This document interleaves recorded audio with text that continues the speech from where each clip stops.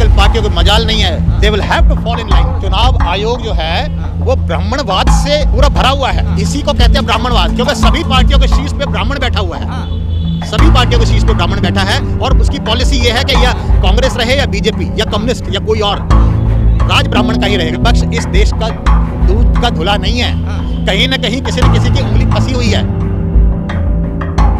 2024 का चुनाव सबसे बड़ा देश का चुनाव है, लेकिन उससे पहले ईवीएम पर सवाल उठाए जा रहे हैं और ईवीएम को चेंज कराने के लिए इस पर सवाल उठाए जा रहे हैं। आज सुप्रीम कोर्ट के वकीलों ने एक प्रोटेस्ट किया था, पटियाला हाउस से सुप्रीम कोर्ट तक मार्च था।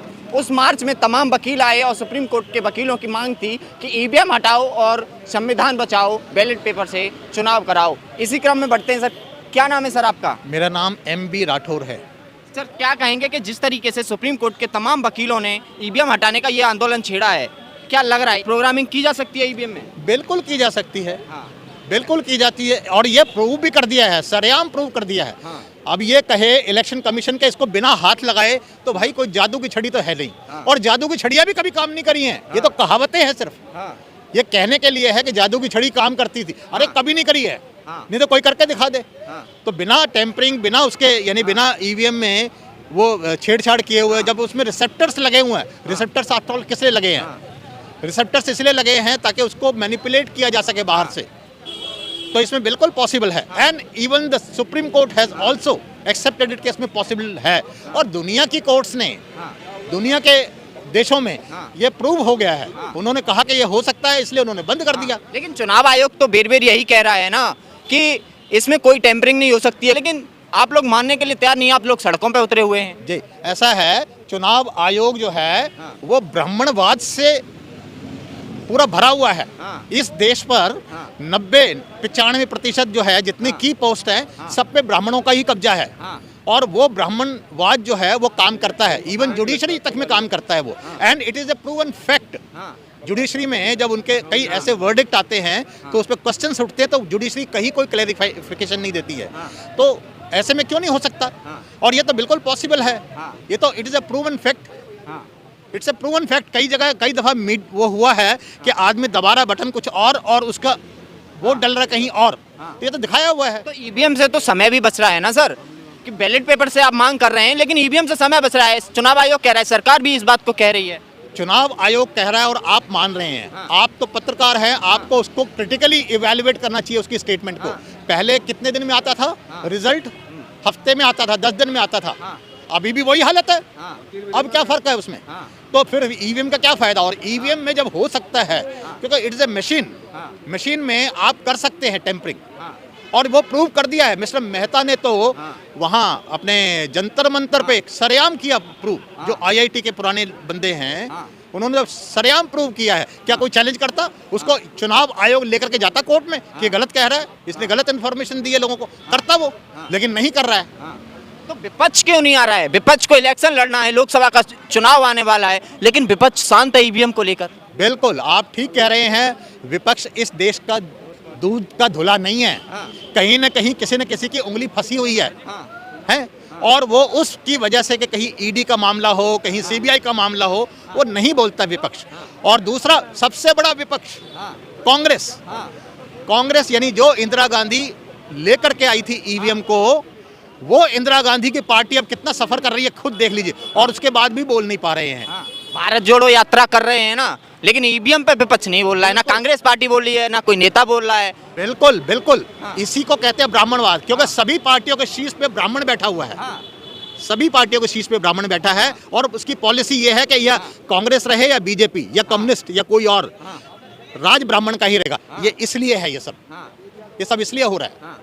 जैसे कि आपने कुछ दिन पहले वकीलों ने एक प्रेस कॉन्फ्रेंस की थी जहां पर पूर्व जज भी आए थे जी। तो उन्होंने कहा था कि राहुल गांधी से भी मुलाकात की है और वो भी ईवीएम को लेकर हमने बात की है। तो क्या लग रहा है कि राहुल गांधी इस बात पे मुखर होकर बोलेंगे ईवीएम को लेकर? देखिए, राहुल गांधी से बात हुई है और उनको ये कहा गया आप पार्टिसिपेट कीजिए इसके अंदर। अगर आप नहीं कर सकते हैं तो आपके जो लोग हैं कार्यकर्ता वो आए। क्यों नहीं भेज सकते राहुल गांधी अपने कार्यकर्ताओं को? जब पूरा इंडिया में बेस्ड है उनका, तो क्यों नहीं कर सकते? इसका मतलब वो भी नहीं चाहते हैं कि ईवीएम जाए, क्योंकि ईवीएम पर मामला छेड़ते ही कोई बड़ी बात नहीं है, बीजेपी उनको फिर एक्सपोज करने लग जाए।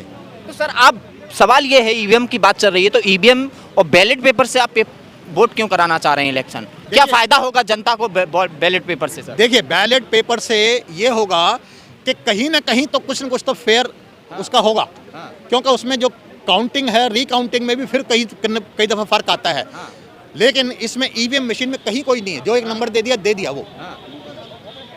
और दूसरा, जब पिछला इलेक्शन हुआ था तो हमारे इलेक्शन कमीशन ने 49 बनाया था। उसके अंदर ये कहा गया था कि जो आदमी पहला हारने वाला होगा, यानी फर्स्ट रनर अप, वो ही रिकाउंटिंग की मांग कर सकता है। ये तो इट इज़ अनकॉन्स्टिट्यूशनल।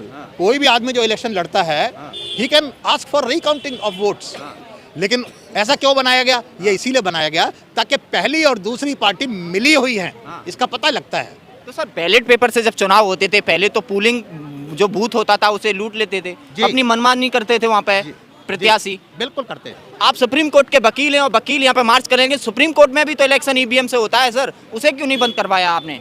देखिए, ऐसा है कि पब्लिक जो है, पब्लिक इसीलिए आई है बाहर। अब देखिए, पॉलिटिकल पार्टी आ रही है क्या आपके सामने? कोई आ रहा है? नहीं आ रहा है। ये पब्लिक आ रही है, और जैसे जैसे पब्लिक का बढ़ेगा, पॉलिटिकल पार्टियों के मजाल नहीं है, they will have to fall in line.